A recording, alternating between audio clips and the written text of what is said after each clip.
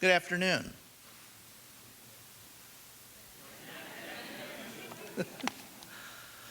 I'm Robert Palazzo. I'm the Dean of the College of Arts and Sciences, and it's my pleasure to welcome all of you here today to one of the most, if not the most important academic event at the University of Alabama, Birmingham, where we honor a distinguished scholar with the Ireland Distinguished Visiting Scholar Award. And before introducing the award winner, I would like to first recognize the person who made this all possible and whose support we so greatly appreciate, Mrs. Caroline Ireland, who's here with us today. Caroline, thanks so much for everything, and a special treat for being here with us. It's really important to all of us. I want to just say thanks. So it's really an honor for me and a privilege to introduce Dr. Howard Zehr, who is this year's winner of the Ireland Distinguished Visiting Scholar Award. While discussions of human rights are always relevant and important, society is turning to this topic with a renewed urgency. Today, as we celebrate the achievements of the civil rights pioneers who marched from Selma to Montgomery to secure voting rights for all citizens, and as we examine issues of equality for people who are marginalized, mistreated, and who do not have representation, we look to scholars who have long studied these issues to provide critical insight, perspective, and hopefully guidance. We look to those who have brought about peace to help us understand the turmoil that surrounds us and to help us celebrate our achievements when they do come. So it is no accident that this year we recognize Dr. Zehr with our most prestigious academic prize. After decades of working in the field of restorative justice, Dr. Zehr has become a mentor and guide for many hundreds of people working to establish reconciliation after suffering abuse, rights violations, and violence. Dr. Zehr is currently the Distinguished Professor of Restorative Justice at Eastern Mennonite University, and he is the director of the Zehr Institute for Restorative Justice at the Center for Justice and Peacebuilding, also at Mennonite. In those roles, he has educated students and he's trained those in the areas of restorative justice, judicial reform, and victim offender reconciliation in more than 25 countries and 35 states.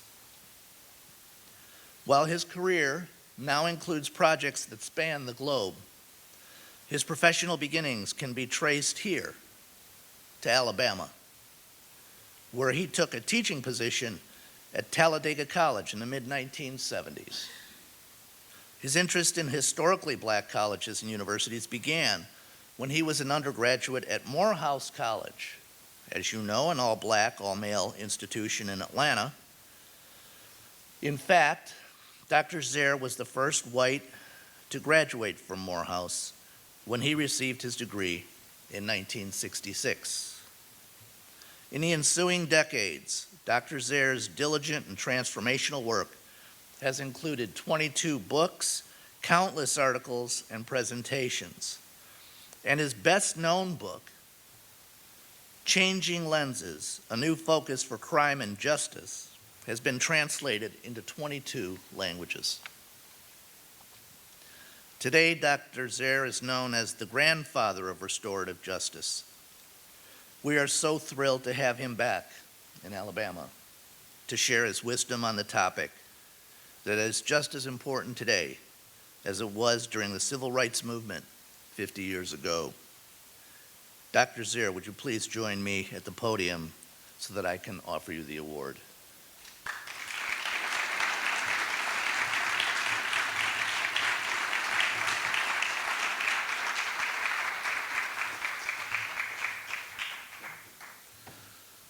Dr. Zehr, for all your accomplishments in scholarship and in the field of human rights, on behalf of the University of Alabama at Birmingham, I am proud to bestow upon you our highest academic honor, the Ireland Prize.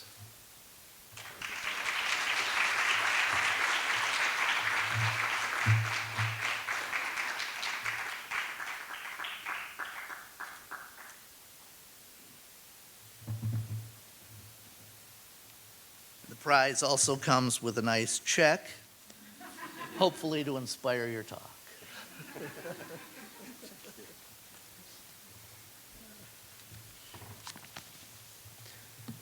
Well, thank you so much. It's such an honor to be here and to receive this honor, which I almost didn't receive because I was at my mailbox and I had this envelope and I opened it up and it said Ireland, and I thought, oh, another one of these academic tours.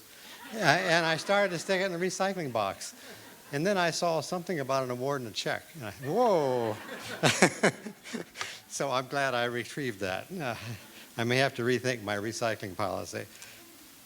Well, as you heard and as you know, this month does mark the anniversary of the Selma March and the resulting Voting Rights Act.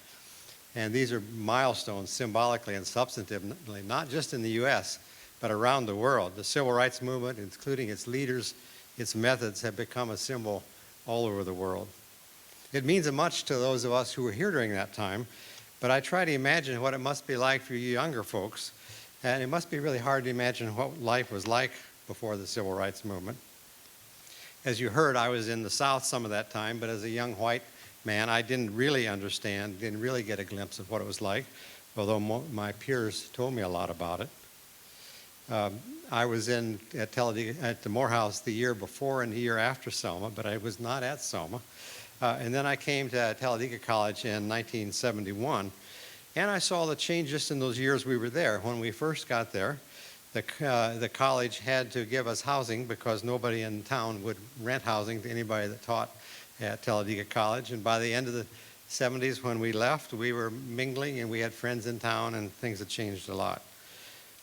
So in many ways, we've come a long way. But the legacy of the past still remains, as you know.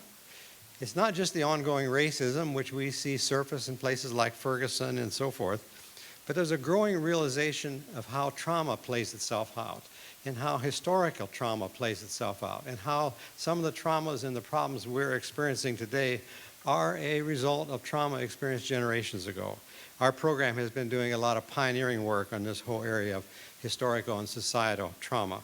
One of the programs that came out of our university is something called Coming to the Table, which is bringing together the black and the white sides of families that they can trace themselves back to the same plantations. Often they're biologically related. And bringing these families together to learn to know each other, to explore their connections, to talk about their similar and different histories has been a very important experience. One of those leaders in that process, a retired doctor, Dr. Art Carter, says, he gave me a bumper sticker. It says, "Creating world peace, one cousin at a time." I thought that was kind of cool. So we made a lot of progress, but history doesn't unfold in a linear fashion. It's not all progress. We see loops of regression, and we see some things that don't really change. And I always tell my students that all of our social interventions, no matter how good we intend them, are going to have unintended consequences. They are going to be used in ways that we never intended. And with the whole concept of mass protest, of civil disobedience, that was used in the civil rights movement is one simple example. It's now being used for all kinds of unprogressive movements as well. Racial injustice remains, but in many ways it's become more subtle and maybe more paradoxical. As a number of authors and news articles have pointed out, here in Alabama, Highway 80, named the Walter C. Given Parkway, is named after a zealous segregationist senator. The Pettus Bridge, which has been in the news so much, is named for a Confederate general and a U.S. senator who once served as a Ku Klux Klan Grand Dragon of the realm of Alabama. So these things the past and the present get mixed up together. In a lot of ways, criminal justice has become the place where this is working itself out, where racial justice and injustice issues can be seen most sharply. And in that realm, we've tried many different reforms and interventions that have had unintended consequences.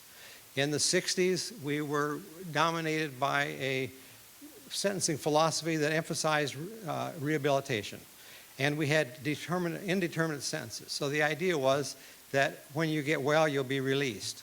Well, it had a lot of problems. For one thing, it was almost totalitarian because any kind of little write-up you got in prison could keep you there forever, and there were no clear marks when you're going to get out, and there was a lot of racism in it. We could see a lot of racist patterns. So some progressive reformers said, look, why don't we let's take this discretion out. So we're going to tell the judges what to do, mandatory sentences, and we're going to call punishment what it is. We're going to say it's a just deserts philosophy. You do this, and this is what's going to happen. So our states, many of our states, took the language of rehabilitation out of the correctional code entirely. Well, unfortunately, it didn't take racism out of the system. It just drove it out of public view. It took it out of the public arena of the court, where the judge had to be public, and moved it, for instance, into the prosecutor's office, which does not have to be public. So the racism continued. As many of you have read Michelle Alexander's book, The New Jim Crow, she's articulated it so forcefully that racial injustice has gone underground, but in race-neutral language. So it's less obvious that we are imposing racially skewed policies. She calls it the new Jim Crow. Because of this and other factors, in the 21st century, new questions are arising about what we mean by justice and what we mean by human rights. Now, a little sidebar about how I came to human rights and racial justice. One of the factors for me was, as a young man, around 1960, Dr. Vincent Harding came to stay in our home several times. Dr. Harding was a confidant of Martin Luther King Jr., one of his advisors, and he came to speak in our community, and he stayed in our home. And I have memories, very specific memories, of Dr. Harding, who just died last year, sitting at our dining room table and patiently explaining to this naive white boy what justice and injustice was like in America. That had a huge impact on me. When I came to Alabama, I got involved with a colleague in something we called the Social Science and the Law Project. And well, one thing I was doing was helping to support and advocate for prisoners. But the other thing, we got involved in what we called the Social Science and Law Project. And we were helping defense attorneys to pick juries in trials that we considered to have significant political dimensions, like death penalty cases, police brutality cases, and so forth. I came away from that with a real sense of the importance of human rights and due process, and a real sense of the critical failure of criminal justice to enforce them with integrity. I learned later, and I'll tell you more about it, that my critique wasn't really basic enough, but I began to realize how important they were, but how problematic they were. Then when I came to Eastern Mennonite University, my graduate students, it's a practice-oriented program for practitioners from around the world. So my so-called students, we call them colleagues masquerading as students because they all come with such experience. They were police officers and human rights workers and peace and justice workers and others, and coming from countries that did not have a rule of law. And I began to realize, as they told me about this, the importance of the rule of law, of due process, of respect for human rights.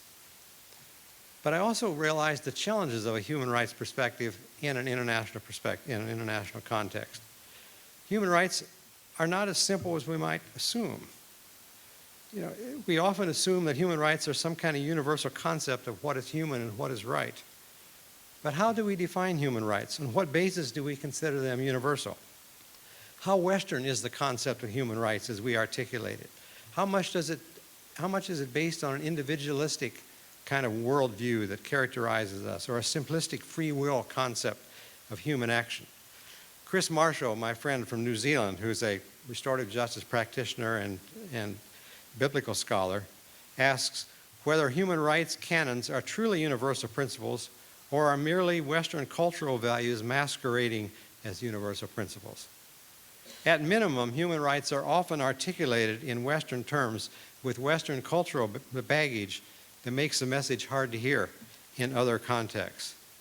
So to what extent do we and must we take into account the context, the cultural context, when we think about human rights? And then there's the question of how do we promote and enforce human rights? We often use shame and humiliation to do that. We try to shame and humiliate those who are doing injustices and violating human rights. But what we know is that humiliation and shame often backfires on us. James Gilligan, in his important book, Violence, a National Epidemic, argues that shame is the root of all violence. That the thing that drives violence, whether we're talking about terrorism or domestic violence, is shame, the desire to avoid shame or get rid of shame, transform shame, or whatever. Criminologist John Braithwaite has written about stigmatizing shame. He argues that our justice system uses what he calls stigmatizing shame. In other words, we label not just the act bad, but the person is bad. And they become an outsider. And then we have these rituals of degradation to shame and humiliate them. The result, however, is that when people are humiliated and shamed, they become angry. They join other outsiders. They begin to see themselves as an outsider. They join together with other outsiders. Braithwaite argues that's the root of delinquent subcultures. People who are shamed draw together with other people who are shamed. And then what they do is they invert the values. Let me give you an example. I was talking with a friend of mine, a lifer, one time, Harry Twiggs. Harry grew up in the Badlands of North Philadelphia. Some people say it's one of the worst places to grow up in America. And we were talking about what gave him respect and what gave him shame. Now, it was 25 years since he'd been on the street. But he said, it was the opposite of what you want. He said, when I stole something, my friends needed to know I stole it. That gave me respect. He said, when I held somebody up and my friends saw it, that gave me respect. He said, I remember my first arrest. I rode through my community in the back seat of a police car. He said, it was the proudest moment of my life. I had come of age. And that, unfortunately, is the story of much of urban America. And that's what we do, what happens when we shame people and humiliate them.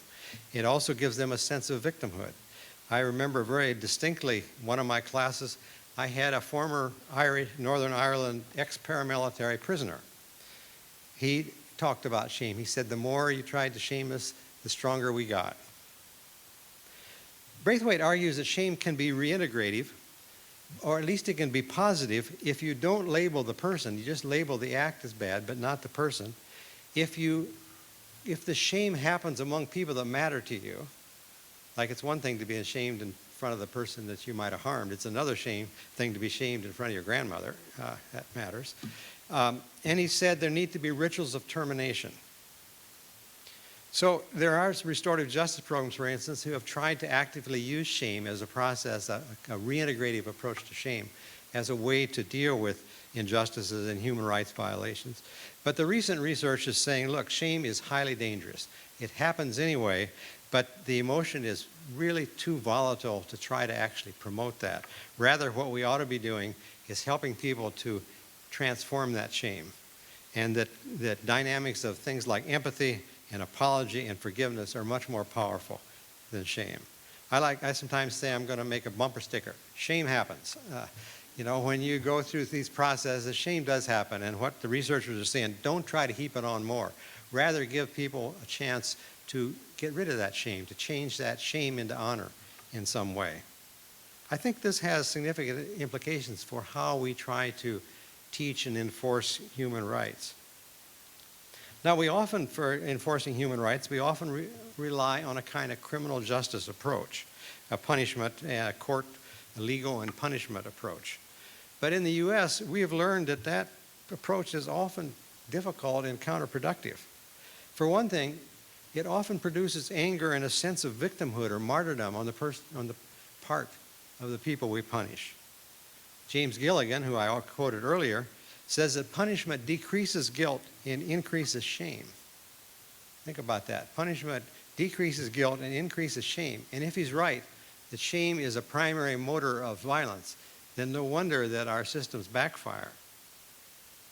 Then there's the nature of the adversarial system that reinforces neutralizing strategies. You know, the way people do what they do, and whether we're talking about terrorists or we're talking about ordinary, what we might call criminals, offenders, is that they use all kinds of neutralizing strategies to insulate themselves from the human consequences of what they do. They have rationalizations, they have stereotypes. And then we put them in a legal system where the primary principle, as a judge friend of mine says, is make the state prove it. Put the state to the proof. So your attorney says, plead not guilty. No matter how guilty you are, you plead not guilty. Then we put them in a prison system that has no sympathy for responsibility at all. I tell judges sometimes it's like we created a mechanism to reinforce the very way offenders get in trouble in the first place. And that, of course, is not to mention this neglect of victims, that our justice system has so little to do with victims. Another problem, I think, is that the way our legal system focuses on individual decisions and the fact that each of us has chosen to commit a wrongful act is rather naive and doesn't take into account the full context of human action. I really like Philip Zimbardo's fairly recent book called The Lucifer Effect. Those of you who have studied sociology, maybe social work, and others will remember the Stanford prison experiment back in the 60s, where he wanted to experiment with prisons, so he took ordinary college students and randomly made some guards and some into prisoners, and within 2 weeks they had to abort the whole thing. It was becoming so real. The guards were starting to brutalize prisoners. Prisoners were being dehumanized. They were starting to rebel. Well, his more recent book is he was also then a consultant for the Abu Ghraib trials around the atrocities in Iraqi prisons. And his conclusion is that it could happen to any of us if we were in the right situations. He says, a full understanding of the dynamics of human behavior requires that we recognize the extent and limits of personal power, situational power, and systemic power. In other words, he says there are 3 factors that determine human behavior. One of them is the decisions we make. But the other 2 are the situations we find ourselves in, and the systems, the authority systems and other systems we find ourselves in. He says the pervasive yet subtle power of a host of situational variables can dominate the individual's will to resist. And then he goes on to say something that I think is really important. He says, any deed that any human being has ever committed, however horrible, is possible for any or all of us under the right or wrong circumstances. That knowledge does not excuse evil. Rather, it democratizes it, sharing its blame among ordinary actors rather than declaring it the province of only deviants and despots, of them but not us. In other words, any of us in those situations could do these kind of things. In fact, when he tried to figure out why there were some guards who didn't become brutalized, start brutalizing others, one thing he found is that in their upbringing, they had been taught to be skeptical of authority, to be resistant of authority. And so they had some internal devices to keep them from just doing whatever authority told them to do. Well, where you come out on all this depends partly on your worldview. Think of yourself, those of you who are American, and what the metaphors are and the way you conceptualize yourself. Basically, in American society, we see ourselves as individuals. We're responsible for our own destiny. We turn to others when we need them, but not unless we need them. Embedded in American culture is this idea of a heroic figure, the independent, not relying on others. In my generation, it was Yul Brynner, and more recently, maybe it's Clint Eastwood. Rupert Ross, in his important book, Return to the Teaching, and I really recommend you that. Rupert Ross Return to the Teaching is an effort to help us Anglos understand the indigenous worldview, particularly the First Nations or Aboriginal Canadian worldview. And he says the metaphor that governs Westerners is the idea of a ship captain. You're out in the sea, the waves are up, the winds are up, and your job as a ship captain is to hold that ship steady into the wind, steady as a rock. And that's sort of, he says, the metaphor for the way we Westerners tend to look at our role in life. But there's another way of looking at the world, It's one that characterizes most, if not all, indigenous perspectives. And it's one that characterizes the Christian text before they were subverted by more individualistic culture. And that is, we are embedded in a web of relationships where movement of one part of the relationship affects other parts of the relationship. In this context, Rupert Ross says the metaphor that he found that rang most true among indigenous people that he was working with is a metaphor of a surfer. Now, I've never surfed, but he said to surfer, to stay on the wave, you have to be aware of what's behind you as well as what's coming to you. And your goal in life is not to plow through the wave, but learn to ride the waves. And I like that metaphor, but it's a quite different metaphor than most of us would use to characterize our role in life. Val Napoleon is a First Nation woman who wrote a chapter in a book that I edited. The book was called Critical Issues in Restorative Justice, where we got practitioners and scholars to take a critical look at the problems in restorative justice. She said, like the movement of billiard balls, human beings in the Western model of reality act in isolation, independently colliding and rebounding.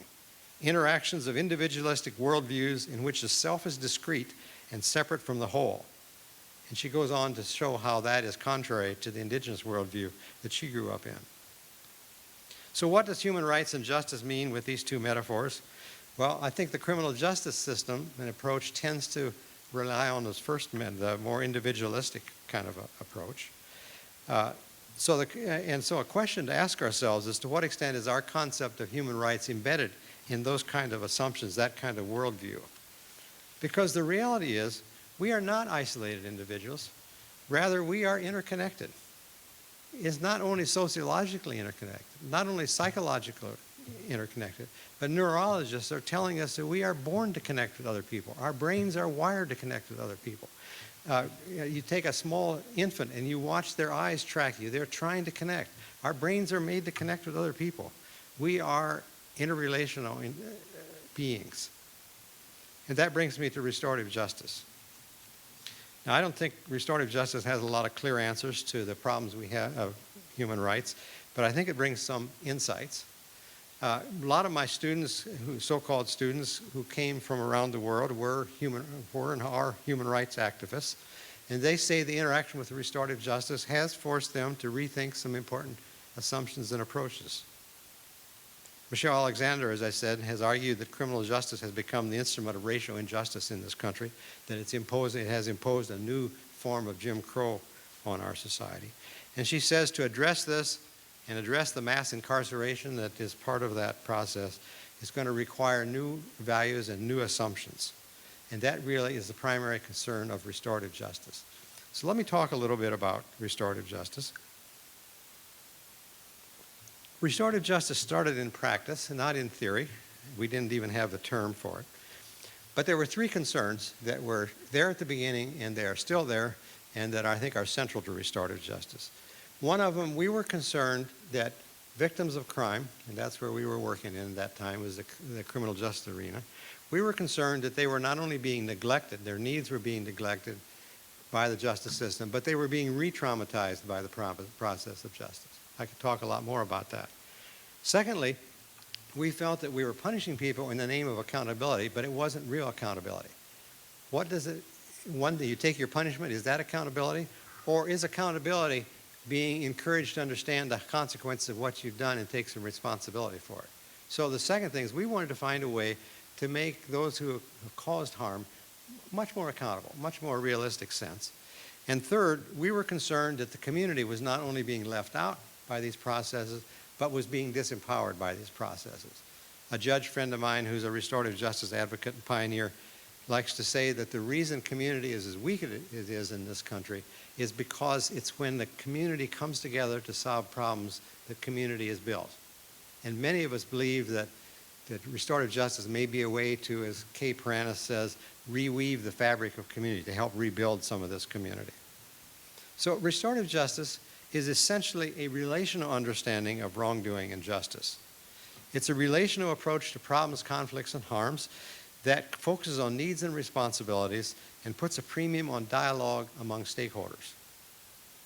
Now, let me spell that out a little bit. Many of you have heard of restorative justice as a practice, maybe of bringing victims and offenders together and so forth, and that's all fine. That is part of restorative justice, but it's much more than that. It's an approach to wrongdoing that, that's a set of principles and values and a set of questions. I like to say it's really three principles. The first thing is, restorative justice says that the most important thing about wrongdoing is the harm that it caused. The harm is central. And then when people are harmed, they're going to have needs. So the first principle is the principle of harm and needs. The second principle is the principle of accountability or responsibility. And that is those who have caused the harm are going to have the first responsibility to address that harm, but others may have as well. And third is the principle of engagement. Those who have been impacted, those who have a stake in the situation, as much as possible, ought to be engaged in the solution to the problem. In many ways, it's about changing questions. Our legal system, I often say, revolves really around three questions. It says, what laws were broken and who did it and what do they deserve? When I talk to lawyers, they'll admit that's a lot of what they do. What laws are broken or what rules in schools, what laws are broken, who did it, what do they deserve? We're trying to change the questions. Restorative justice asks, who's been hurt in this situation? What are their needs? Whose obligations are they? How can we help offenders to take responsibility? What's the process? It's changing the kind of questions that are asked. In many ways, I think restorative justice, because of my travels internationally and all my students that come from indigenous traditions, many of them whom, by the way, they'll suddenly a light goes off in the restorative justice class and they'll say, hey, that's what our elders did, or that's what our tradition did before the legal system came along and repressed it. And so many of them are actually going back and using restorative justice as a way to re-energize those traditions. I think in a lot of ways, restorative justice is a mix of the best of indigenous justice with modern human rights sensibilities. That came clear to me years ago. New Zealand has an incredibly innovative system for youth justice where the court is the default, and most of your serious crimes are supposed to go to what might be called a restorative conference. But it was in 1990, it came into law in 1989, partly because the indigenous people of New Zealand, the Maori, were telling the larger society that what they were doing was institutionally racist and culturally inappropriate. And so they came up with this new model. And so in 1994, I was there, and I itinerated all over the country to speak in the radio and TV and communities. And when I got done, the principal youth judge, Mick Brown, who is Maori, said to me, he said, you don't know how good it is to turn on the radio and hear you articulating this in a way that Pakeha, that is, European, can understand, because some people want to write this off as Maori. And I began to realize really all we're doing in restorative justice is articulating those kind of things. I have a assignment I like to do in my restorative justice class where after they've studied a while, I tell my students, now you need to go and you find somebody that doesn't know anything about restorative justice and explain it and see what happens. And it's a hoot. I mean, they go to a bar and tap somebody in the shoulder, or they call home to Nigeria and try to explain it to their mother, and I mean, it just really gets funny. But one guy, one fellow, his family had been all killed in the genocide in Rwanda. He was Rwandan. He had come to our program to catch his breath. He'd remarried to another Rwandan woman. And so it was time for him to do this assignment. So he goes to his new wife and he tries to explain restorative justice, and she just starts laughing. And he said, why are you laughing? She says, you came all the way here and spent all this money to learn what every African already knows? Oh, well, there you are. Underlying these principles of restorative justice are a set of values, and there's lots of values that restorative justice practitioners talk about, but I like to name three that all start with R in English, easy to remember. One is respect. I really think what we're doing is trying to provide a respectful experience for everybody involved. When I talk to victims, a lot of the times what I hear from them is that part of the trauma is the disrespect they felt by the offender, by the system, sometimes by their loved ones who are uncomfortable with their anger and so forth, and tell them they need to move on and so forth. And when I talk to those who've offended, I find that much of their offending behavior is an effort to get respect in some way. I remember at a conference where we had a young man who had been stealing cars from a particular car dealer, and then he'd gone through a restorative process, and now he was friends with them. And we were asking him what made the difference. And I thought he would say, well, I began to realize what I was doing to them. They were real people and all. But we hear that a lot of times. He said, everybody treated me with respect, and I didn't expect it. He said that over and over again. He said, I was so surprised to be treated with respect, that's what turned me around. So one is respect. The second is responsibility. We live in a society that puts so much emphasis on rights and so little on responsibility. We're trying to change that balance. And third is relationship, reminding us that we are all embedded in a web of relationships. Now, interesting about this is that it might, if we were really serious about this, it might force us to rethink our concept of rights in a less individualistic, more relational terms.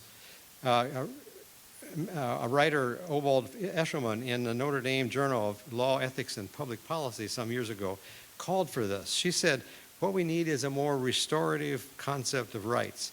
And these would be less adversarial, more relational, more focusing on the rights and obligations of all parties, that meaning and purpose of rights should be mutual promotion of the dignity of everyone.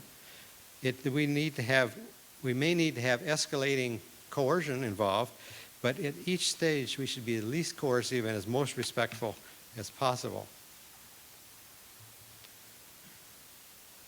And many of you know this famously Stanford law professor Herbert Packer years ago argued that the United States, we are caught between two seemingly opposing justice orientations in our debates. One he called the crime control orientation, and one he called the due process orientation. The crime control orientation is the one we often associate with the more conservative perspective. It emphasizes order and security.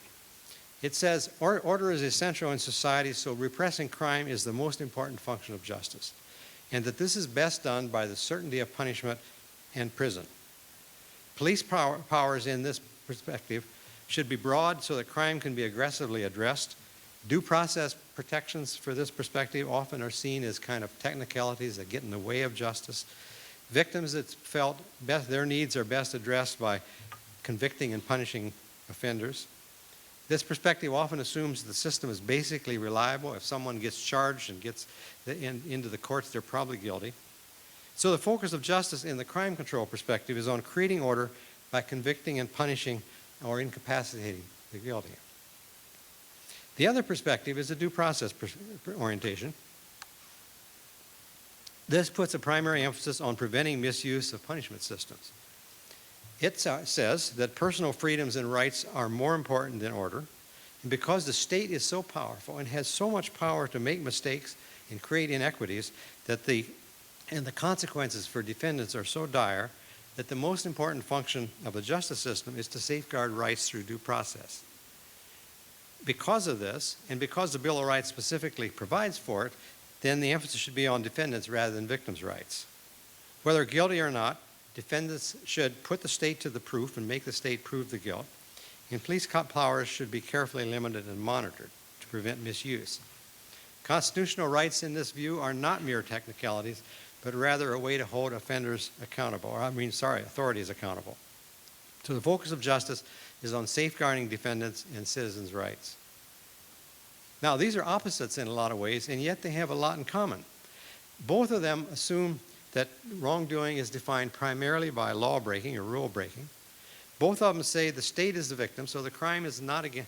I was involved in the Timothy McVeigh trial. I was appointed by the judge, I and a colleague, to help the defense attorneys work better with victims. And as some of you may remember that, the Oklahoma City bombing case, that the victims in that case, the survivors in that case, had to go to Congress to get the right to sit in their own trial because the crime is against the state. It was Timothy McVeigh versus the federal government.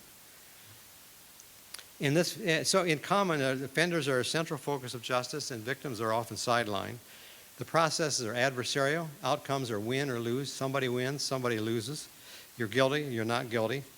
The focus is on the act and on the intent, but not on the contributing causes. Justice is done by professionals who represent the defendant, the state, and society, but not the victim. There is an American Correctional Association training tape that I use in class sometimes that describes the legal system as a boxing match. And so in the boxing ring, you have one boxer, that's the prosecutor, and in the other corner you have another boxer, that's the defense attorney, and you have a judge sitting as referee, and the defendant somewhere off the side, the victim's nowhere in sight, and nor is the community in sight unless they're acting as a jury. So the focus of justice is on establishing guilt, meting out punishment that offenders deserve, and on the rights and processes involved. I'd like to dream that restorative justice might be a third way, one that emphasizes repair and responsibility along with these other concerns. In this view, crime is one of many kinds of harms that occur in our society, and that appropriate responses to those harms aren't necessarily different when we do a justice system as we might do in other kinds of contexts. In this perspective, the essence of wrongdoing is the harm that it causes to individuals, to communities, to relationships, and to trust, particularly trust. Ross London, a former judge, has written a book where he argues the central harm of wrongdoing is the destruction of trust. Justice then should seek to repair harm and hold offenders accountable for harm by taking responsibility for it. Offenders should be encouraged to be accountable by taking responsibility, and that accountability is often a better deterrent than punishment. To the extent possible, those who have a stake in the harm and the wrongdoing should be invited to be part of the process. Victims and offenders' needs should both be addressed. Victim offenders' needs perspectives aren't necessarily in opposition. We often assume that what the offender needs and what the victim needs are opposite, but we have found through practice often they have much in common. Both rights and security are important. Needs and rights of both victims and offenders should be considered. Rights should be defined relationally in this view, not just individually. So the focus of justice is on reducing and repairing harm, encouraging responsibility for harm, and engaging parties in the process. Maybe that's a third way.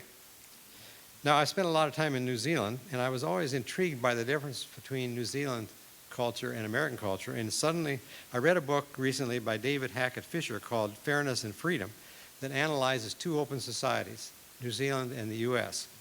He argues that here's the difference. Historically, Americans have focused on freedom. Historically, New Zealanders have focused on fairness. And if you listen to politicians in the two countries, that becomes very clear. Politicians in New Zealand are always talking about what's fair. And we don't hear that language very often. It has partly to do with the time in history when colonization happened. When the first European settlers came to America, it was a time when they were trying to flee the persecution, the lack of freedom. When Europeans came to New Zealand, it was more they were fleeing injustices that were happening in society, lack of opportunity and so forth. But the thing is that liberty and freedom are highly individualistic, and fairness is basically a relational concept. It has a sense of reciprocity involved. So Fisher also says that maybe we could find a third way, one that balances fairness and freedom. And he adds, this is the question of the 21st century. And I add, maybe restorative justice could facilitate this kind of conversation. Helena Cobban, in her book called Amnesty After Atrocity, has examined a number of African countries as they move from violent and war to peace. And she says she's found two contrasting paradigms. The one we tend to use in the human rights field, she calls the ACP, the Accusation, Confession, Punishment model. That's kind of the criminal justice approach. But she said she found another one in some societies that she calls the reproach, rethinking, remorse, reparation, the 4R paradigm. And this names the wrongdoing, but isn't as polarizing and can lead to a desire to repair. She argues that historical records show that an amnesty-reliant peace does not necessarily foster impunity. In fact, can be a clear turning point toward a peaceful climate. She says the language of criminalization is a language of political exclusion.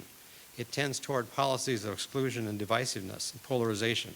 And as we've just talked about, often stiffens the resolve of perpetrators. Getting tangled up here. And she says that by avoiding this, amnesties can lead to longer-term peacemaking. This at least suggests some possibilities. Let me end with a story. 1994, my now friend Fred Van Loo was bureau chief in the criminal bureau of the Polk County, Iowa prosecutor's office. And a disturbing story came to his office. It was a story of neo-Nazi graffiti on a Jewish synagogue. And 2 young people were arrested, an 18-year-old man and a 17-year-old woman. Now, Fred says he had been irreparably damaged by reading my book, Changing Lenses, and said that as a result of that, he had learned to ask, instead of who did it and what did they deserve, to ask, if they did it, what's the best resolution to this process? So it could have been a felony hate crime, and that's how we normally would have probably approached it. But he decided to approach it differently. He called the rabbi and he asked how the community was doing. That's where it's, so you reach out to the victim first. How's the community doing? The answer was that they were angry and they were afraid and they were just stuck in the trauma of it. He described the restorative justice a little bit, and the rabbi said, well, this is consistent with our tradition, but I'm not sure that we can get folks to go along with it given their degree of trauma. Some of these were Holocaust survivors and so forth, so you can imagine what Nazi symbols on the synagogue would mean to them. But the temple discussed it, and the responses were mixed, but they decided to go forward. So they held a meeting. It went on for a number of hours. Stories were told, memories were told, anger and hurt by the victims was expressed. The offenders had stories too. The young man had been abused and went away from home. He had a hearing problem, and so he'd been bullied at school, and he finally wrote, this is interesting, he ran away to Alabama, and he connected with the Aryan Nation, where finally somebody took him in, but indoctrinated him too. And then they sent him home to recruit others, and the only person he'd been able to recruit was this young 17-year-old woman. After 3 hours, Fred says, the self-awareness gave way to awareness of each other. They became real people instead of stereotypes, instead of faceless boogeymen. The temple began to realize that these were lost, abused, and frightened children. They talked about forgiveness, and the rabbi explained that in their tradition, forgiveness had to be earned. But the temple wanted these two to succeed.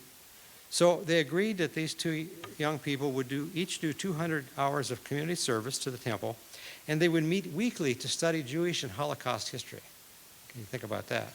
They also agreed the temple would help the young man to find a hearing specialist, and that he would have the Nazi tattoos removed from his body, and he and his girlfriend would each work on their GEDs and work on job skills. And they planned in 6 months to have a second meeting. Well, these so-called offenders worked hard. They got their confidence, they passed their GED, they got jobs, they got married and had a child. The rabbi and several others from the temple were invited to the wedding, and the temple gave them a wedding gift. And almost 5 years later, Fred says the rabbi speaks of his friendship with the two with tears in his eyes.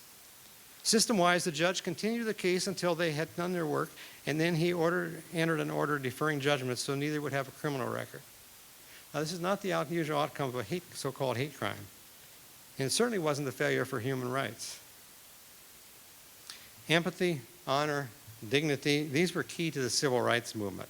The challenge is, can we structure our approach to human rights issues so that these are part of the process as well as the goal, that we can have real consistency between means and ends?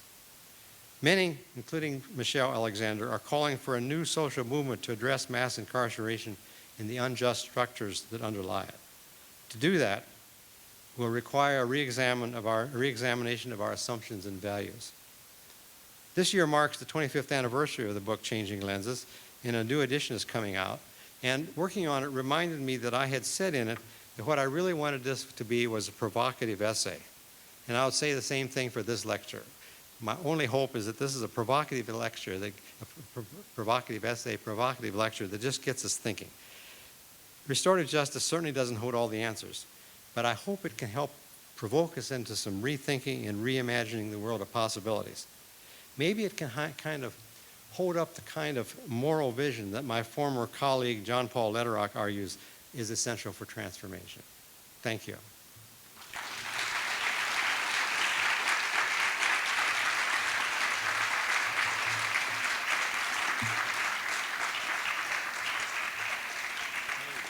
few questions? I mean, I do. You- Can we you turn? can't see, so I can't see a I'll thing. call on 'em from I the gather side. there's somebody out there, but I can't. So, there we go. That feels better.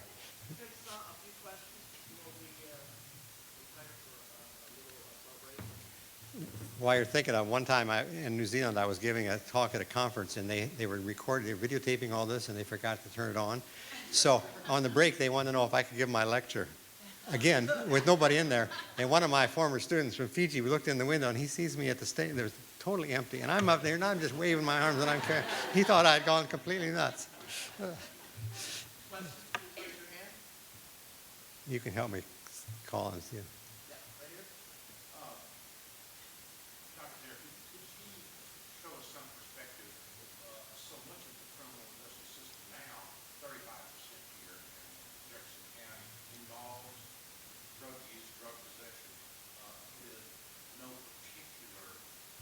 No clear victim. Yes. And my question is, what's the restorative piece? Yeah. Somewhat separate from disease. Well, yeah, when we first formulated restorative justice, we were thinking of something where there was a clear victim. But one of the things we have learned is, in working with people who've done drug kinds of crimes, is that there still are victims. There are family members, there are communities and so forth, and helping them to think about that. I mean, I have one prosecutor friend who did a big drug bust in inner city, and then he had a circle where the drug dealers had to meet with the community to hear about how it was impacting their community. So my wife Ruby's sitting here. She used to work in a halfway house, and she'd have these conversations with former drug dealers, and she was always, they'd never thought about that their family might be impacted this, their community. So part of the answer is that there are victims involved, victimization, and part of it is their own. One of the things I've learned in working with people who've offended is that a lot of times to get through things, you have to start with their own sense of victimization. And that can be the springboard for us beginning to understand what they might have done. And often until you've done that, their defenses are too hard to be able to get through it. So it's not a complete answer, but I think there is victimization involved. There's the trust that's been violated and so forth, and that we can work with those kinds of things. The other thing is that what we call a restorative justice practice, like maybe bringing a victim and offender together, is only part of the story. If you've got a drug problem, that's going to have to be addressed separately. What New Zealand does for their youth justice, they had one of the highest incarcerations rates in the world before they changed. But now they said that keep most of the kids out of the system entirely, because a lot of wrongdoing, including drug use, is developmental. And if you get them in the system, they're going to, it's labeling theory is what we call it in criminology. You label somebody an offender, they're going to be an offender. But then they have a conference where it's the offender and all the family members or virtual family members they can round up. The victim and anything they want to bring. Police officer, maybe some social workers. And the conference is, by consensus, is supposed to do several things. First of all, they have to address the harm to the victim. What does the victim need? There's an agreement for that. Then, what's going on in this young person's life, and what do we need to put in place for that? And so there's two parts to the plan, one for the victim and one for the person causing the harm. And it's been really effective in a lot of situations. So, I mean, it's not a complete answer, but I think there's things we can do. Yeah.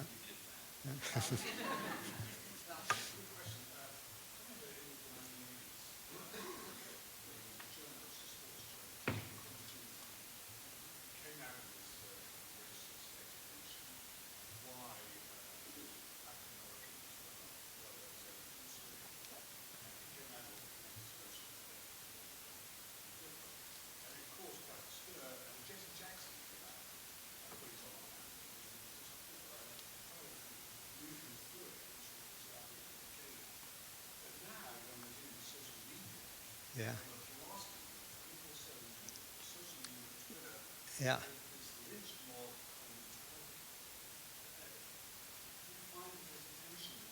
There is a tension because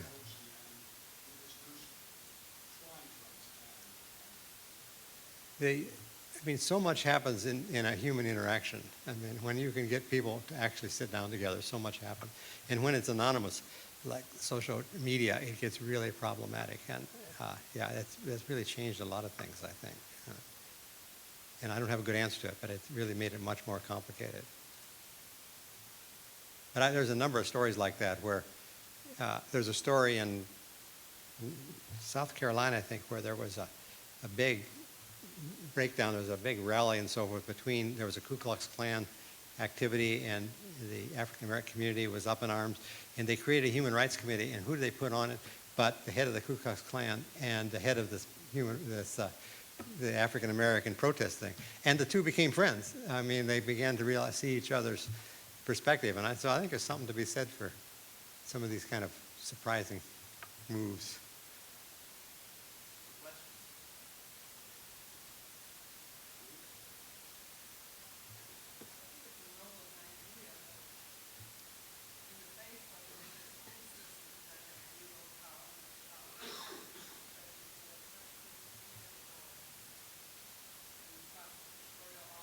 Mm-hmm.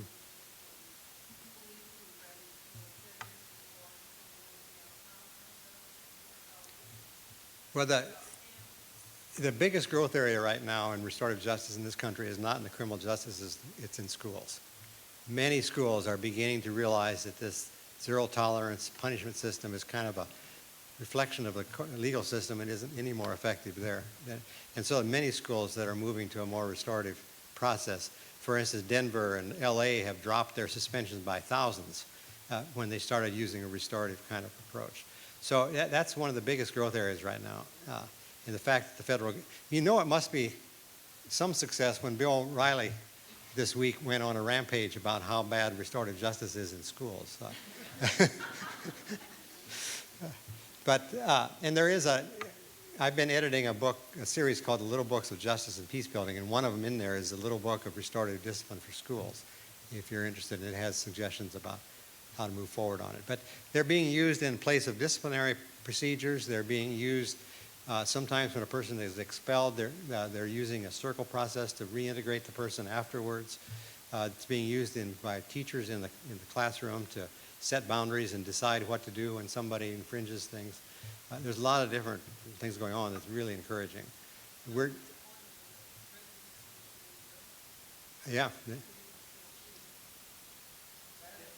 That is a reality. And we have a huge industry in this country interested in furthering that. And that is one of the big challenges. There's no doubt about it. If I just ask a question, just to follow up on that. I mean, when you have what is coming out, you have essentially an enterprise mentality where you have interests, even financial power, other interests, in maintaining that status quo, if not even perpetuating it. It's a very difficult transformation, given the scale of that. So I'm interested to know, in the example that you gave us about the transformation that happened with the juvenile justice system, we began to take on these practices. What was the time for that, for where you would say that they had started and then they had accomplished? It was probably within 5 or 6 years. But there's a couple of things and they tell me now they're not sure they could get it through now because New Zealand has been so influenced by American media and crime policies and so forth that they're not at all sure that they would pass if they tried to pass it now. But it was a combination of realizing they had a real problem and the Maori critique that was so strong and so strategic, saying this is institutional racism, it's culturally inappropriate. And so what came out of it is not Maori, but it is practitioners say it's a kind of, in the law, it tells practitioners that you have to do what's culturally appropriate for the people involved. So the facilitator needs to negotiate. If a Maori or a South Pacific family and a Paki or European family involved, they have to negotiate what kind of rituals and so forth they're going to need, and that has to be part of the process. So the practitioners say it's a kind of empty vessel into which we put what's appropriate for the particular people involved. But they didn't have the big industry that we have at that point in keeping things the same. That gives hope. Yeah. Doability. I mean, that's pretty massive. It's pretty massive, yeah. And they... laws are made by the legislative branch. And I work in the federal system where we have international sentences that are extremely harsh. Yeah. What success have you had or have you made in making the efforts to talk to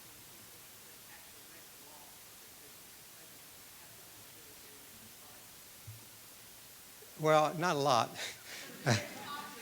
It is. In fact, I served for 3 years on the U.S. Sentencing Commission's Victim Advisory Group, and it was overwhelming to see all those rules and those formulas to use, and the victims have so little place in that whole thing. And I also got off because I was discouraged. I just didn't see that there was interest in changing that. So I don't know. I mean, you hear there's a lot of people frustrated with this system, including in the system. I hear that from judges and prosecutors and others, and some of them see restorative justice as a really new light for them. But what it's going to take to change the system, I feel like I'm too naive politically, and my socioeconomic analysis isn't sophisticated enough to figure this out. Somebody else is going to have to do that. But Gentleman there, and then Greg, please. So I was interested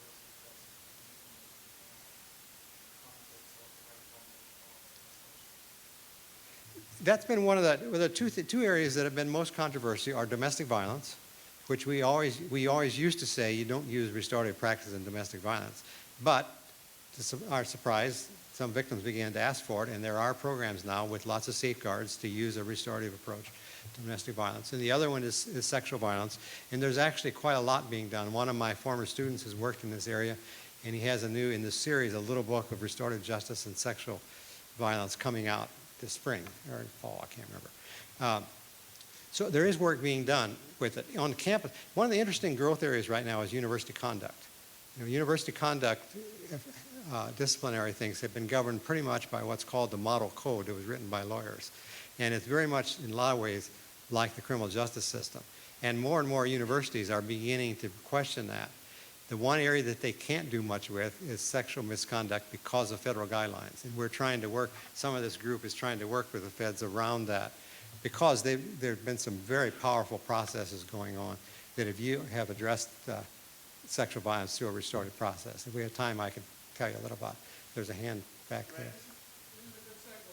So you're the president of the University of Oklahoma, with the racist Yeah. chant of the restorative. What would you have done? I'd done something a lot more like Fred Van Loo did in the synagogue case. I would have tried to get a context where these young men could hear what the impact was on people of color and so forth, and I'd have worked at some of that. I mean, it has to be taken very seriously, and it wouldn't be that there's no coercion involved. But I would have looked for some way to help them understand what they did, and for those who felt harmed by it to have a say in the process.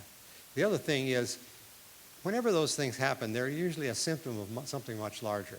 And what it means is there's a lot more racism involved in those few people, and also that there's a lot more victims than like a colleague of mine works often with churches where they've had clergy sexual abuse, and so the churches always want to forgive, right? So they'll call her in and they say, we want to make things right with this offender before he goes to prison. And she says, wait a minute, if he has violated one person, that means there's lots of other people who've been victimized in this, maybe not by him, but in this congregation. And if you don't give them space, they're going to feel really sidelined and disempowered. And sure enough, when you open that thing up, all kinds of people come forward and tell stories. So these things are really symptoms of something that's much bigger. And so finding spaces for that, I think, is really important. Yeah. One last question.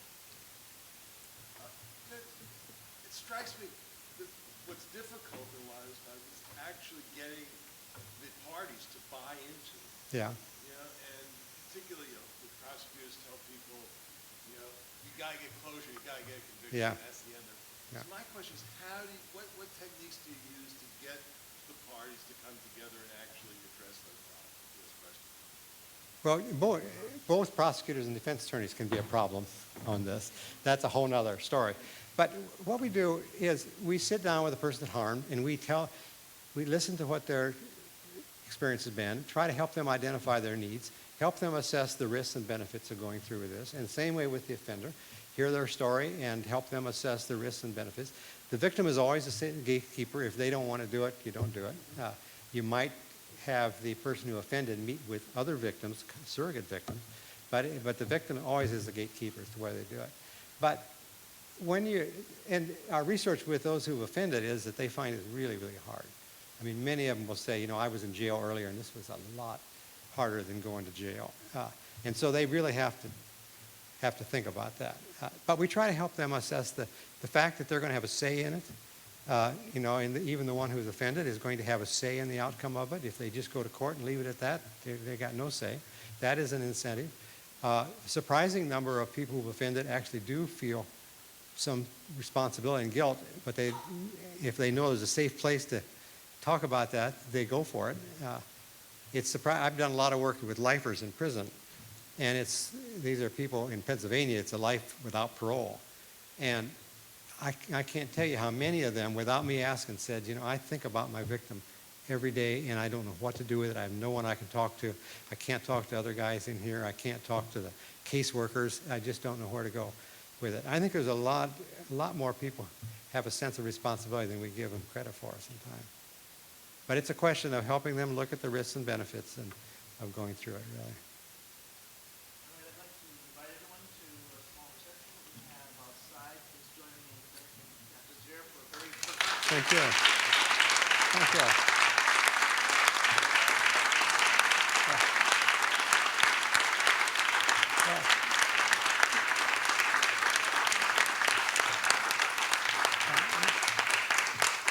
I'm glad to see there are real people out there, and I wasn't just talking to you. I think they'll take